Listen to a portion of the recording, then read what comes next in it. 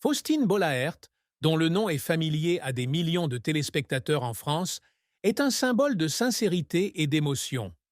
Avec son sourire éclatant et sa voix chaleureuse, elle a touché le cœur de ses abonnés à travers ses émissions de télévision où elle écoutait et partageait des histoires humaines du quotidien.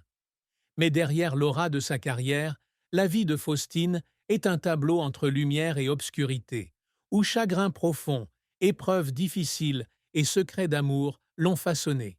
Finalement, face à sa propre vérité, Faustine a courageusement admis les plus grandes souffrances de sa vie, les épreuves qui l'ont endurée et les intenses émotions d'amour qu'elle a vécues. C'est la longue histoire d'une femme forte, mais aussi blessée, au cœur aspirant toujours à la sincérité et à la paix. Faustine a grandi dans une famille modeste de la banlieue parisienne, où l'amour de ses parents a été un fondement solide pour son enfance. Dès son plus jeune âge, elle était une petite fille sensible, toujours fascinée par les histoires humaines. Les soirées passées avec sa grand-mère, à écouter les histoires d'autrefois, ont ancré en elle le goût des histoires et de la compréhension. Faustine passait des heures à s'imaginer en guide, aidant les gens à partager leur joie et leur peine. Ce rêve, bien que simple, est devenu le feu qui l'a guidée durant sa jeunesse. Mais la route vers ce rêve n'a pas été facile, et la vie lui a vite appris que tout succès a un prix. Lorsqu'elle a intégré l'industrie des médias, Faustine a dû faire face à un monde compétitif et rude. Elle a commencé modestement, écrivant des scénarios pour des séries peu connues, puis aidant en coulisses lors de longs tournages. Il y avait des jours où elle travaillait jusqu'à l'épuisement pour ne recevoir que des regards sceptiques de la part de ses collègues expérimentés. Jeune femme dans un secteur régi par des normes strictes, Faustine se sentait souvent comme une étrangère, devant redoubler d'efforts pour prouver sa valeur. Mais c'est sa persévérance et sa passion inébranlable qui l'ont aidée à surmonter ses difficultés. Elle a appris à transformer les échecs en leçons, les critiques en motivation, et peu à peu, son nom a commencé à se faire connaître.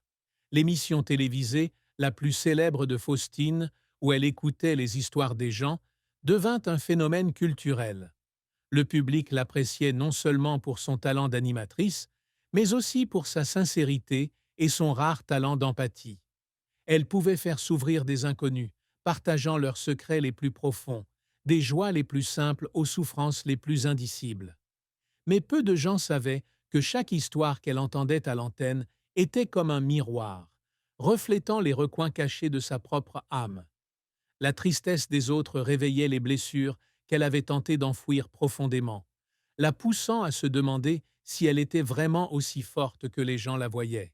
Si la carrière de Faustine fut brillante, sa vie personnelle était tout autre. L'un de ses plus grands chagrins était le sentiment de solitude au milieu de la foule. Bien qu'entourée de son public, de ses collègues et de ses amis, Faustine ressentait souvent un vide incommensurable. Certains soirs, après la fin de l'émission, elle rentrait chez elle, s'asseyait dans le noir et laissait ses pensées vagabonder. Les histoires qu'elle entendait à la radio, des pertes familiales aux rêves déçus, semblaient raviver en elle des souvenirs douloureux. Faustine réalisait que si elle pouvait aider les autres à exprimer leurs sentiments, elle peinait à affronter les siens. La célébrité, si elle lui apportait gloire et opportunité, la faisait aussi se sentir isolée, comme si elle vivait dans une cage de verre où les gens ne voyaient que son sourire, pas ses larmes. L'amour, que Faustine considérait comme la plus grande source de force, devint l'une des sources de la plus profonde tristesse de sa vie. Elle aimait, profondément et sincèrement, mais cet amour n'apportait pas toujours le bonheur.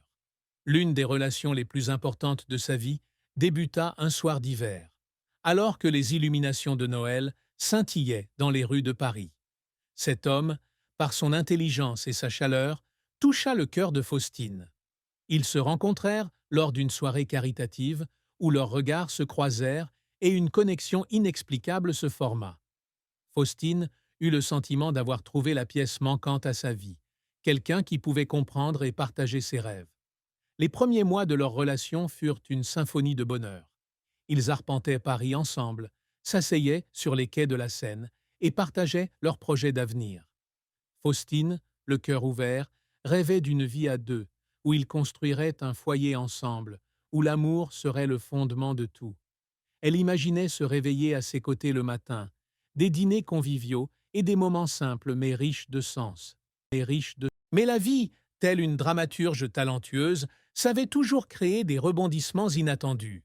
Les premiers signes de fissure apparurent, certes infimes, mais suffisants pour troubler l'esprit de Faustine.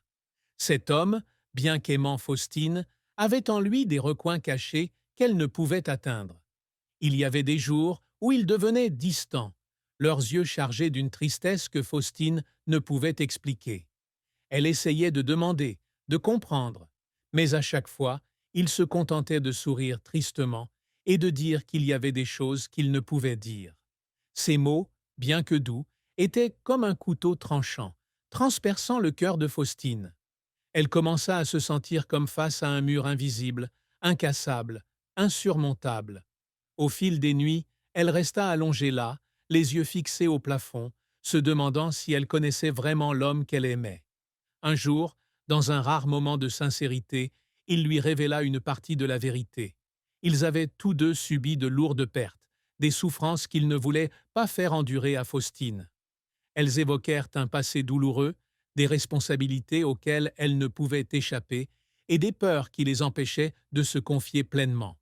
Mais au lieu de soulager Faustine, ces mots ne firent qu'accroître sa confusion.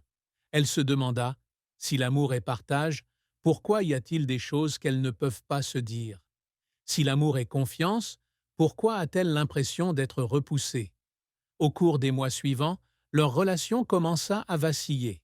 Les moments heureux qui faisaient autrefois battre le cœur de Faustine n'étaient de plus que de vagues souvenirs. À la place, ce furent des disputes, des malentendus et de longs silences étouffants. Faustine avait l'impression de s'accrocher à quelque chose qui s'effaçait lentement, comme du sable qui lui glisse entre les doigts. Elle essaya de trouver un moyen de réparer les choses, mais chaque tentative ne faisait que les blesser davantage. Il y eut des nuits où elle était assise seule, écrivant ses pensées, cherchant des réponses à des questions sans réponse. Un incident fut la goutte d'eau qui fit déborder le vase. Un soir pluvieux, Faustine et son amant eurent une violente dispute. Les émotions longtemps refoulées explosèrent et des mots durs furent prononcés. Son amant, les yeux rougis, cria que Faustine ne les avait jamais vraiment compris, qu'elle ne pouvait accepter les recoins sombres de leur personnalité. Puis, sous la pluie froide, ils sortirent de l'appartement, laissant Faustine seule et vide. Ce soir-là, elle resta assise seule, regardant la pluie tomber par la fenêtre, le cœur brisé. Les jours qui suivirent, Faustine vécut comme une ombre. Elle erra dans les rues qu'il fréquentait, s'assit dans les cafés qu'il fréquentait, cherchant à le connaître. Mais tout n'était que vide. Les secrets qu'il portait en lui devinrent une question sans réponse. Faustine se demanda si elle avait fait quelque chose de mal, si elle aurait pu faire autre chose pour sauver cette relation. Mais la vérité était que leur amour ne pouvait surmonter les épreuves du destin. Des attentes déchirantes, des secrets non partagés et des distances insurmontables les séparaient. Mais la véritable tragédie était encore à venir. Un matin, Faustine reçut un appel d'un ami commun. La voix tremblante à l'autre bout du fil l'informa qu'il était parti, sans un mot d'adieu, sans explication. Ils choisirent de quitter Faustine, de quitter la ville, et peut-être même les souvenirs de leur amour. Faustine resta là, le téléphone lui tombant des mains, avec l'impression que le monde s'était effondré sous ses pieds. La douleur, tel un tsunami, balaya tout l'espoir qui lui restait. Elle avait l'impression d'avoir perdu non seulement un amant, mais aussi une part d'elle-même. Le temps passa, mais la douleur ne s'en allait pas facilement. Faustine vécut des jours sombres, où chaque souvenir de cette personne était un coup de poignard dans le cœur. Elle se demanda pourquoi l'amour, qui avait été la lumière de sa vie, était devenu une source de souffrance. Les espoirs d'un amour parfait, les rêves d'un avenir commun, n'étaient de plus que des morceaux brisés, irréparables. Il y eut des jours où elle avait l'impression de ne plus pouvoir continuer, comme si cette tristesse allait définir sa vie à jamais. Mais la vie, bien que cruelle, apportait aussi des lueurs d'espoir. Un autre incident, douloureux mais significatif, marqua un tournant dans la vie de Faustine. Un matin, elle apprit le décès d'un proche. Le choc, tel une nouvelle vague, la força à s'arrêter et à regarder au plus profond de son âme. Les jours suivants, Faustine vécut dans le vide. Elle cessa d'apparaître à la télévision, cessa de communiquer avec le monde extérieur et prit le temps d'affronter son chagrin. C'était la première fois qu'elle se penchait réellement sur la tristesse qu'elle avait tant